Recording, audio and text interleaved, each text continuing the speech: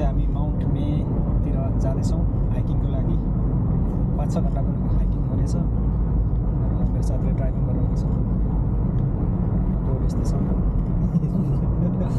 रमाइलो डाँडा डाँडा गाईबस्तुहरू भएको ठाउँ हरियो छ गाउँ जस्तो माले गोरु छ धेरै घोडा पनि रहेछ त्यसो रमाइलो छ उसो लागेको छ यतातिर चाहिँ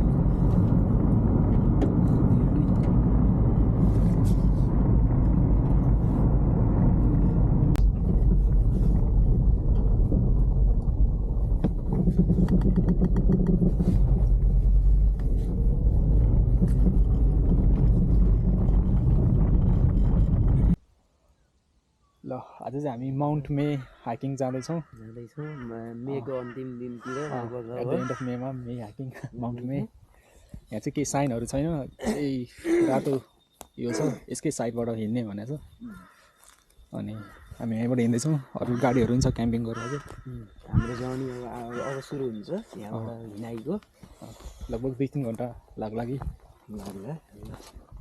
हामी अपडेट गराइरहेको छौँ हजुरहरूलाई हाम्रो हाइकको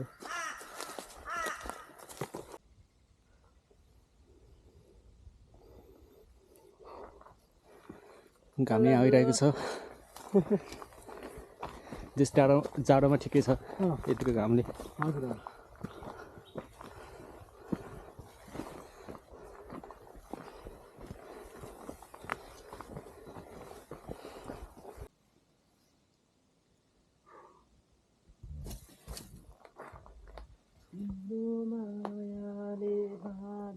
यहाँबाट चाहिँ भ्यूहरू खतरा देखिरहेको छ होइन हेलो हामी अब यो पहाड क्लाइम्ब गर्दैछौँ हजुर यो चाहिँ हेर्दाखेरि ठाडै छ ठाडै पनि ठाडै छ तर अब हामी सकिन्छ होला नेपाली बाँदर घाम नै आयो जस्तो यताबाट यसो मुक्ति छ हामी चाहिँ यसो मुखलाई अलिकति चाहिँ ठन्डा पार्दै अब लागौँ त ब्रो अब लागौँ होला ल अब हाम्रो चाहिँ यो कस्तो बिस्तारै झोला म बोक्दैन त होइन बरु म ठिक छु पहिला हिँड्ने रहेछ टावल लेखिरहेँ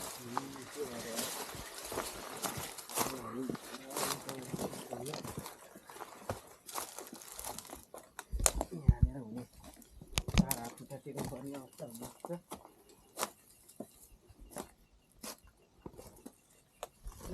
ल हामी चाहिँ भिड चढ्दैछौँ र मेरो साथी उकालो लाग्दैछन् तलबाट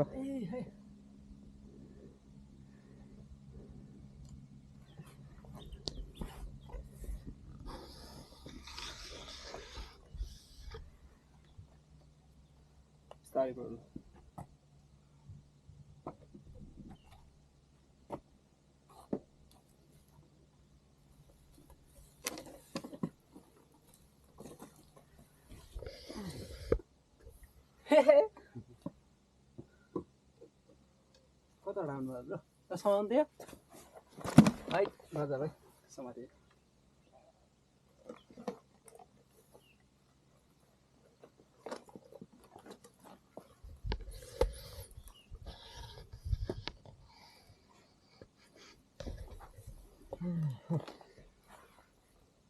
अमेजिङ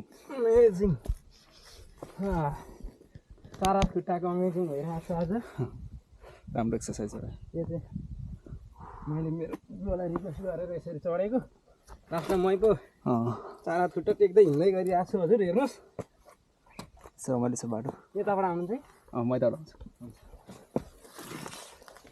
तर यो भ्यूलाई हामीले चाहिँ नजरअन्दाज गर्न छैन होइन यहीँ जङ्गल छ यहीँ मरुन लेक भन्नुभयो लेक maroon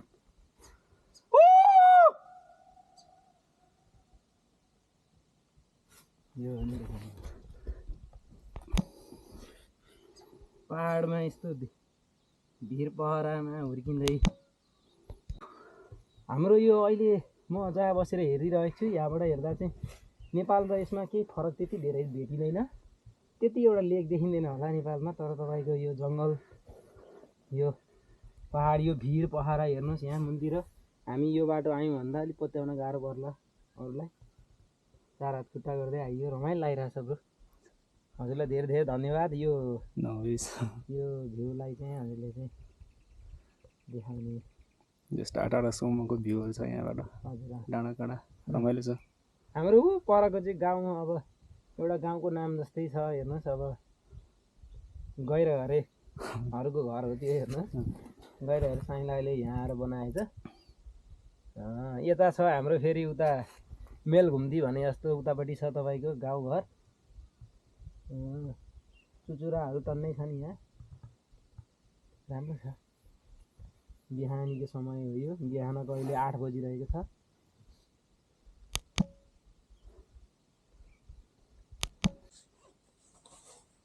We are at north peak of Mount May.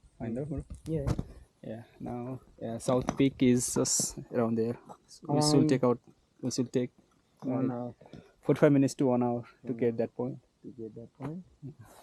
But there's nothing much here. Yeah. Lots of tall trees. Yeah, this is all about the journey actually, instead of The the view. reach destination. You can see the view at the north side of this place. Yeah. A little bit of the Maroon Lake. Lake and some hills over there. Yeah. And south side we are heading to our final destination. South Peak, Mount May. yeah. South Peak. So that's our destination. Look good from here. Looks close, but yeah, that's 1 hour. मान्छे हाम्रो सिधै गहिरो होला नि Mati. So up, down and up. up and down. Alright guys, you gotta check this view. We are on a race. आँगै सिरिङ्ग पार्ने खालको भिड छ यहाँनिर। यो भिरबाट यसरी हेर्दाखेरि चाहिँ तपाईँको छ नि जुन काजु खाएर नि हुन्न क्या यहाँ चाहिँ यो भ्यूलाई चाहिँ।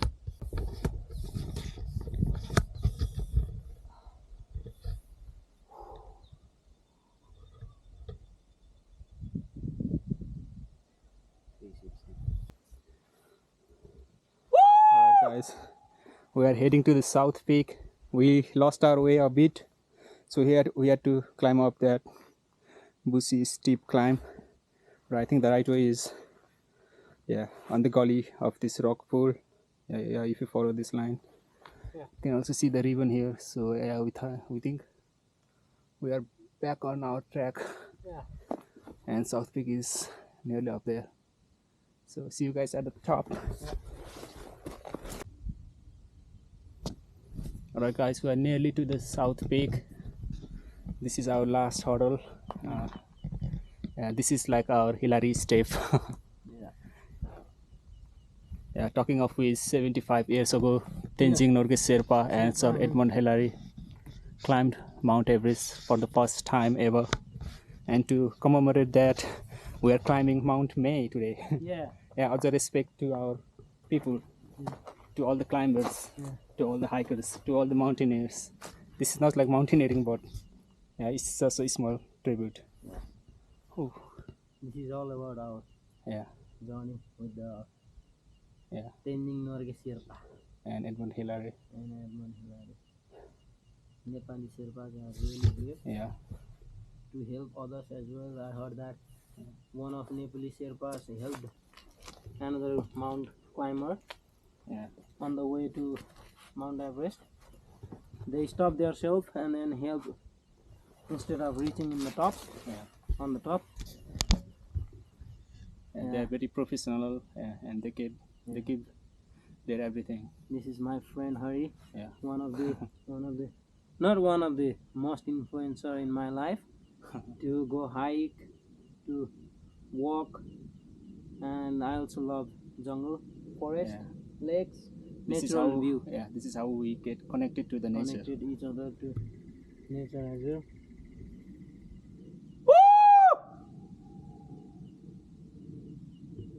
Right, let's climb up. Alright guys, we have come to the top of South Peak. I think that's the way to return. And that's the south peak from here. Looks splendid.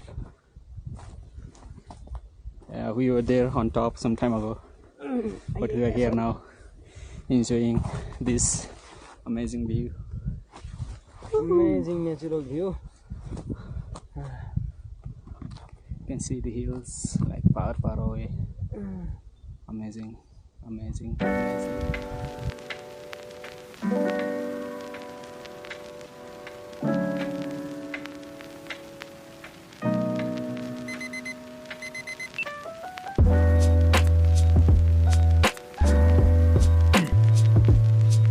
So we are now at the top of the Mount May, and my friend Hari is here. We are looking at the Mount Barney. Mount Barney.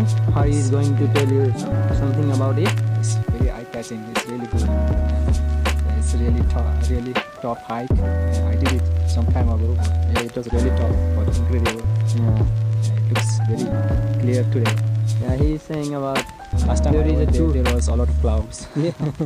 But this is really cool. Ah. It looks cool now. Yeah, he is saying about the two peaks over there. One is south and one is One is east and west peak. east and west. Yeah, it is It's really tall, like 1400 meters. Meters. Yeah, from sea level. from the sea level. Oh It's my really God. cold up there. Yeah. But it's really You make me feel alive. I feel crazy when you make me smile, smile. Yeah, like one word, and I'm not saying lies. I feel crazy.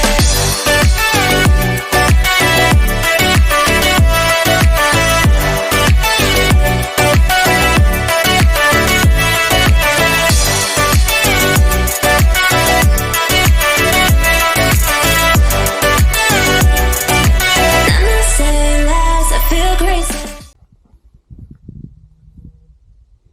Now we are heading southwest of the south peak. So it's straight down. Straight downhill, steep downhill. So be careful, guys, if you are here.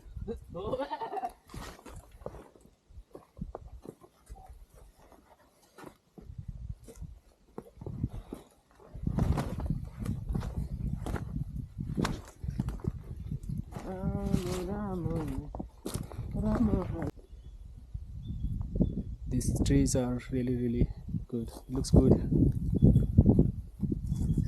Dummy. Oh, dummy.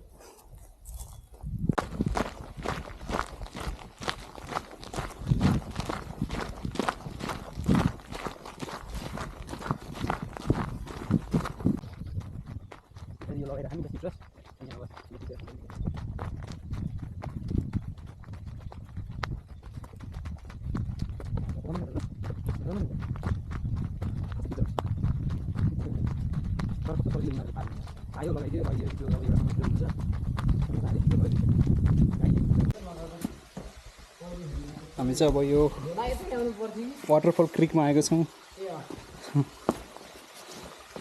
चाहिँ सानो waterfall रहेछ अनि कारपाकबाट नजिक पनि swimming गर्नको लागि पनि perfect छ जस्तो छ। हामी स्विमिङ चाहिँ गर्दैनौँ होला। गर्दैन। Oh bloody good. Yes, it looks really good. Water is crystal clear. You can see the water coming there.